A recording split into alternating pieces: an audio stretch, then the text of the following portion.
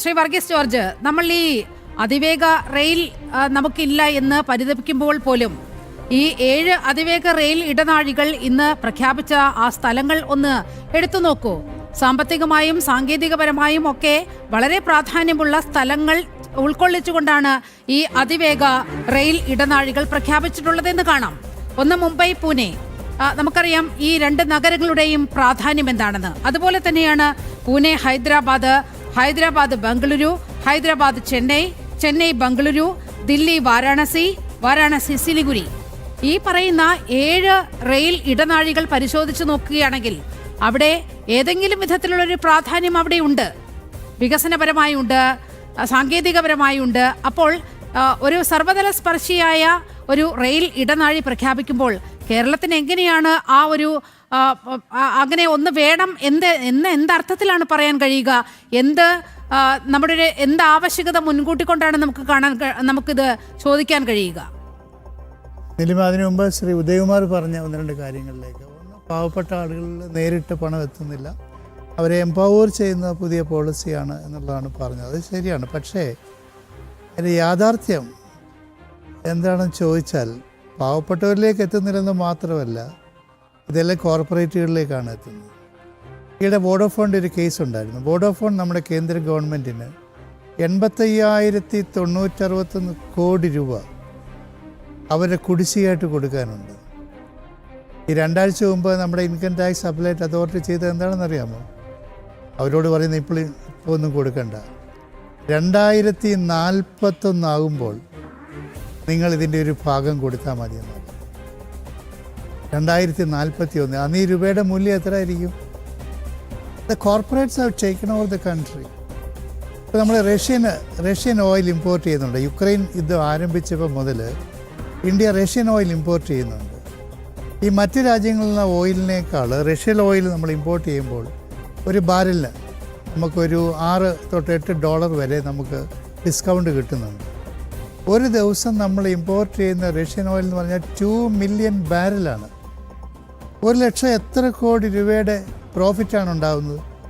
ഈ പ്രോഫിറ്റ് ജനങ്ങൾക്ക് pass over ചെയ്തോ? യാത്രക്കാർക്കോ കാർ ഉടമസ്ഥർക്കോ? ഇത് മുഴുവൻ നയാര പോലെയുള്ള കോർപ്പറേറ്റുകൾ, റിലയൻസ്, അവരെ ഓയിൽ കമ്പനികൾ മുഴുവൻ അപ്രോപ്രിയേറ്റ് ചെയ്തുകൊണ്ട് പോയി. അതുകൊണ്ട് ഒന്നുകിൽ നിങ്ങൾ പാവപ്പെട്ടവർക്ക് കൊടുക്കുന്നില്ല, സമ്മതിച്ചു. പക്ഷേ ആർക്കാ കൊടുക്കുന്ന മുഴുവൻ ഈ കോർപ്പറേറ്റുകൾക്ക്. ഇപ്പോൾ ശ്രീ നിയതി പറഞ്ഞ ഒരു ഉദാഹരണം, ഫാർമസ്യൂട്ടിക്കൽ കമ്പനിക്കാരെ ശക്തിപ്പെടുത്തിയെന്ന് പറഞ്ഞു. അദ്ദേഹം വരുന്നതിന് മുമ്പ് നമ്മൾ ഈ ചർച്ചയുടെ ഒരു പ്രാഥമിക രൂപത്തിലെത്തിയതാണ്. ഒരു കാലഘട്ടത്തിൽ ഇന്ത്യൻ ഫാർമസ്യൂട്ടിക്കൽ കമ്പനീസ് ആയിരുന്നു ലോകത്തെ മുഴുവൻ നമ്മൾ ഫാർമസി സപ്ലൈ ചെയ്തുകൊണ്ടിരുന്നത്. മദർ ഓഫ് ഫാർമസ്യൂട്ടിക്കൽ കൺട്രീസ് ആയിരുന്നു, ലോകത്തിൻ്റെ ഫാർമസി ആയിരുന്നു നമ്മൾ. പക്ഷേ നമ്മുടെ പ്രോസസ് പേറ്റൻറ്റ് മാറ്റി ആഫ്രിക്കയിലുള്ള ക്യാൻസർ രോഗികൾക്ക്, എയ്ഡ്സ് രോഗികൾക്ക് മുഴുവൻ മരുന്ന് കൊടുക്കുന്ന നമ്മളായിരുന്നു. സിപ്ല എന്ന് പറയുന്ന കമ്പനിയായിരുന്നു. പക്ഷേ ആ പ്രോസസ് പേറ്റൻറ്റ് മാറ്റി ഈ ആഗോളവൽക്കരണ കാലഘട്ടത്തിൽ പ്രോഡക്റ്റ് പേറ്റൻറ്റ് വന്നതോടുകൂടി ഈ കമ്പനികളുടെ എല്ലാ ആധിപത്യം നഷ്ടപ്പെട്ടു. ഇൻ്റർനാഷണൽ മൾട്ടിനാഷണൽ ഫാർമസ്യൂട്ടിക്കൽ കോർപ്പറേഷൻ ഈ വിപണി മുഴുവൻ പിടിച്ചടക്കി. ഇന്ത്യയിലെ പ്രൈസ് ഫിക്സേഷൻ പോലും അവസാനിച്ചു.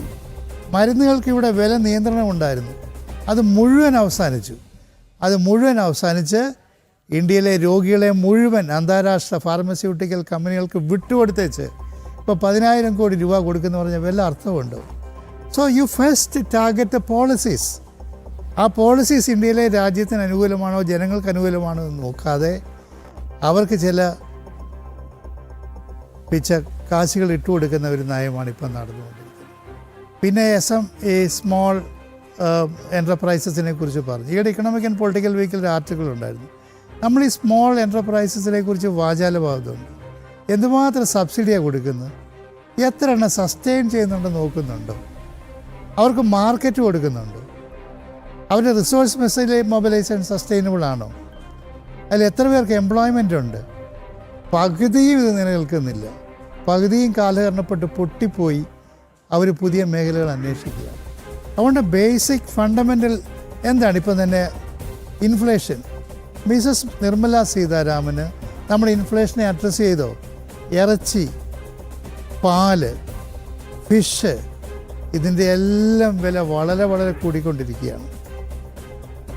അതുകൊണ്ട് പാവപ്പെട്ട സാധാരണക്കാരായ ആളുകളുടെ ജീവിതത്തെ the dignity of human person മനുഷ്യാന്തസ്സോടുകൂടി എംപ്ലോയ്മെൻറ്റ് കൊടുക്കാൻ പറ്റുന്നുണ്ടോ? പുതിയ എംപ്ലോയ്മെൻറ്റിൻ്റെ ആയിട്ടുള്ള ഇൻവെസ്റ്റ്മെൻറ്റ് എന്തൊക്കെയാണ്? ആ നിലയിൽ നമ്മൾ നോക്കുമ്പോൾ ഒരു മാക്രോ ഇക്കണോമിക് അതിൽ നോക്കുമ്പം കുറച്ചുകൂടി ഇത് മുന്നോട്ട് വരേണ്ട ബഡ്ജറ്റുകളാണ് എന്നാണ് എനിക്ക് തോന്നുന്നത്.